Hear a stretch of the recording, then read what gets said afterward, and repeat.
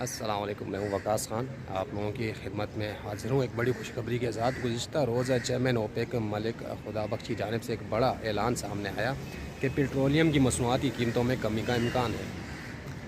اب آپ کے ذہن میں یہ سوال آئے گا کہ بھائی یہ تو یعنی بڑھنے کی افواہیں ہیں کہ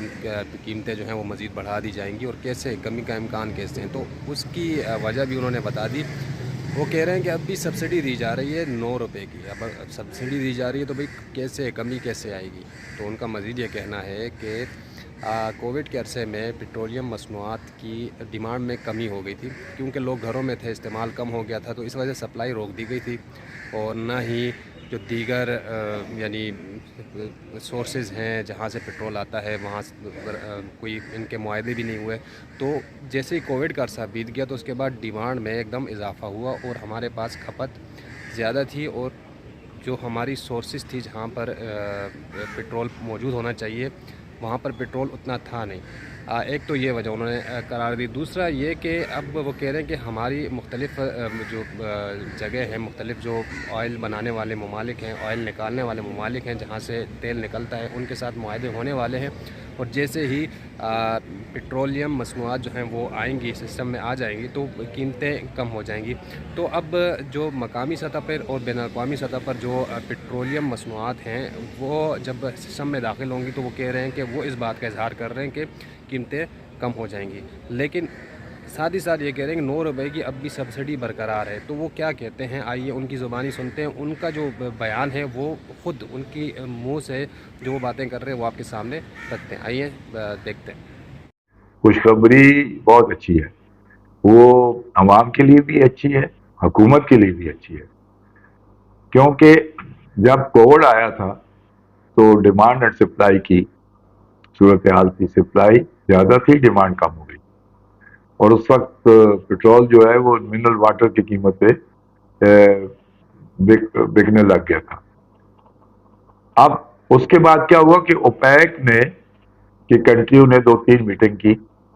اور وہ ویانا میں ایک میٹنگ ہوئی جس میں تمام آئل پروڈیوسر ملک جو تھے وہ شامل ہوئے، اور اس میں یہ فیصلہ ہوا یونانیمسلی کہ سپلائی کو کٹ کیا جائے، اور اس کا ایک پیرامیٹر بنایا گیا کہ کتنے پرسنٹ کی جائے۔ اس پہ ایک فیصلہ ہو گیا، اس کی اپروول ہو گئی، اور وہ کٹ کر دی گئی۔ اب صورتحال یہ ہے کہ جب کووڈ کی پرابلم ٹھیک ہوئی اور ڈیمانڈ بڑھنے لگ گئی تو سپلائی نہیں تھی، کیونکہ سپلائی تو اسی لیول پہ کٹ تھی، اس کی وجہ سے یہ پرائسز بڑھنی شروع ہو گئی، اور جو سٹاک تھے وہ سٹاکسٹ نے اپنا بینیفٹ لینا شروع کر دیا۔ بڑی افیکٹو نیوز ہے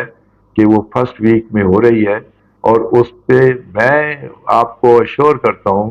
کہ اس میں سپلائی بڑھائیں گے، وہ اپنی پروڈکشن بڑھائیں گے، سپلائی بڑھے گی، سپلائی بڑھے گی تو جو آپ کی پرائز ہے وہ نارمل ہوتی جائے گی، وہ کم ہوتی جائے گی، اور اس کا بینیفٹ اسپیشلی جو ہمارے ملک میں یہ اس وقت ہجان ہے، اس بات کا پریشانی ہے کہ ابھی آپ نے دیکھا کہ حکومت کو سبسڈی کم کرنے کے لیے 60 روپے 30 اور 30 بڑھانے لگ پڑے۔ اب بھی ان کی آپ دیکھ رہے ہیں بجٹ میٹنگ میں کہ 9 روپے 21 پیسے سبسڈی پیٹرول پہ ابھی باقی ہے، اور 23 روپے 71 پیسے جو ہے وہ ڈیزل پہ باقی ہے۔ تو اسی مہینے میں گورنمنٹ کہہ رہی ہے کہ ہم اس کو زیرو کریں گے، تو زیرو کریں گے تو ان کو پھر یہ بڑھانا پڑے گا، لیکن یہ اور پیٹرول اور مہنگا ہو جائے گا، اور بہت ساری چیزیں پیٹرول کے ساتھ جو آپ بیچتا ہیں وہ مہنگی ہو جائے گی۔ لیکن اس کے لیے اچھی خبر یہ ہے جو لوگوں کو ابھی پتہ نہیں ہے، وہ آپ کے توسط سے پتہ لگے گا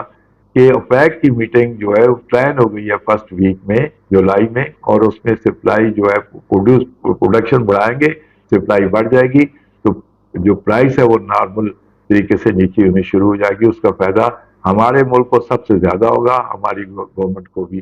ریلیف ملے گا۔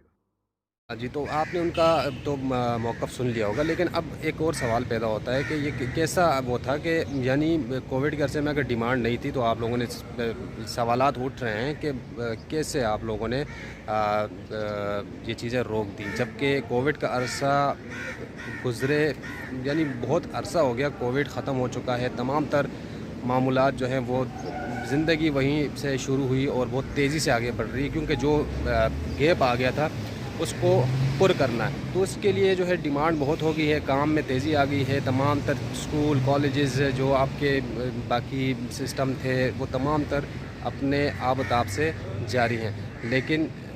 حکومت اب تک فیل ہو گئی. یہ سوال ہے کہ فیل ہوگی سسٹم میں اتنا تیل ڈالنے کے لیے. تو یہ اب آگے دیکھا جائے گا، قیمتیں کم ہوتی ہیں بڑھتی ہیں. اگر اب بھی سبسڈی برقرار ہے تو یہ کیسا سسٹم چل رہا ہے، کیسی حکومت چل رہی ہے کہ جو کہ سبسڈی کے نام پر مزید قیمتیں بڑھائی جا رہی ہے اور ابھی تک حکومت کا جو چلنے کا جو پہیہ ہے، جو کہ کہا جا رہا ہے کہ عمران خان دور میں رک چکا تھا یا پنکچر ہو چکا تھا، اس میں اب تک اس کا پنکچر نہیں بنوایا گیا یا اس میں ہوا نہیں بھری گئی. تو دیکھنا اب یہ ہے کہ کتنی صداقت ہے اس بیان میں اور کتنا یہ تیل کے ذخائر ڈھونڈنے میں کامیاب ہوتے ہیں اور کہاں کہاں سے یہ تیل لے کے آتے ہیں اس ملک میں. ایک اور بات جو سامنے آئی تھی وہ یہ آئی تھی کہ روس کے ساتھ یہ ایک یعنی تھیوری چل رہی ہے کہ روس کے ساتھ ہو سکتا ہے معاہدہ جو ہے ان کا ہو جائے تیل کی پٹرولیم مصنوعات کے حوالے سے. اگر وہ ہو جاتا ہے تو اس سے بڑا فرق پڑے گا ظاہر ہے سسٹم میں، لیکن ایک دم ہمیں نہیں لگتا کہ ایک دم ان مصنوعات کی قیمتوں میں کمی کا امکان ہے، کیونکہ الیکشن آ رہا ہے، بجٹ پیش کر دیا گیا ہے، خسارے کا بجٹ ہے اور سسٹم مسلسل یہی کہا جا رہا ہے حکومتوں کی جانب سے کہ ملک جو ہے وہ ایک بار پھر ایک نازک دور سے گزر رہا ہے. تو سارا ملبہ عمران خان پر ڈالا جا رہا ہے کہ عمران خان کی پالیسی صحیح نہیں تھی اور انہوں نے یہ سارا معاملہ کیا. لیکن اب یہ جو تجربہ کار حکومت ہے یہ بھی اس میں تقریباً ناکام نظر آ رہی ہے. عوام کے لیے کچھ بھی نہیں ہے، مہنگائی بڑھتی جا رہی ہے. بازار جائیں آپ، یعنی عیاشی کی بات نہیں کر رہا، صرف ان چیزوں کی بات کر رہا ہوں جو کہ گھروں میں عام مرہ استعمال کی چیزیں ہیں، ان لوگوں نے وہ لینا ترک کر دی کیونکہ نہیں افورڈ کر پا رہے. اور اس کے ساتھ ساتھ جو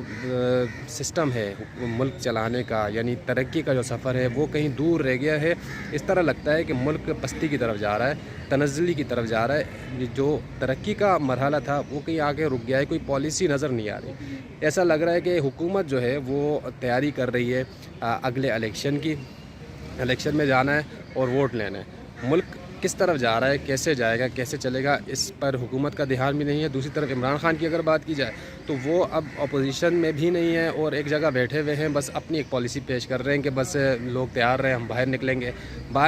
نکلیں گے کا مطلب یہ ہے کہ ملک کا جو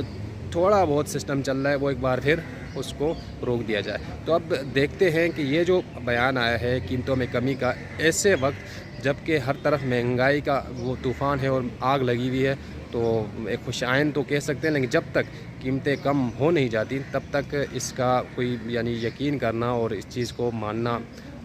عقل اس چیز کو مانتی نہیں ہے. تو دیکھتے ہیں اب کہ کیا بنتا ہے. اللہ کرے ملک کے لیے بہتر ہو جو بھی ہو. اور یہ جو بیانات آ رہے ہیں اوپیک کے ہوں یا حکومت کے ہوں، رشیا سے معاملات ہوں، یہ اللہ کرے کہ یہ ایسا ہی ہو جیسے کہ بیانات آ رہے ہیں. چینل آپ کے سامنے ویڈیوز ڈالے جا رہے ہیں، کوشش ہے کہ معلومات آپ تک پہنچائی جائیں. سبسکرائب کیجئے، لائک کیجئے اور بیل کا جو بٹن ہے وہ ضرور دبائیے گا تاکہ ہماری جو ناقص معلومات ہیں وہ بھی آپ تک پہنچتی رہیں. اللہ حافظ.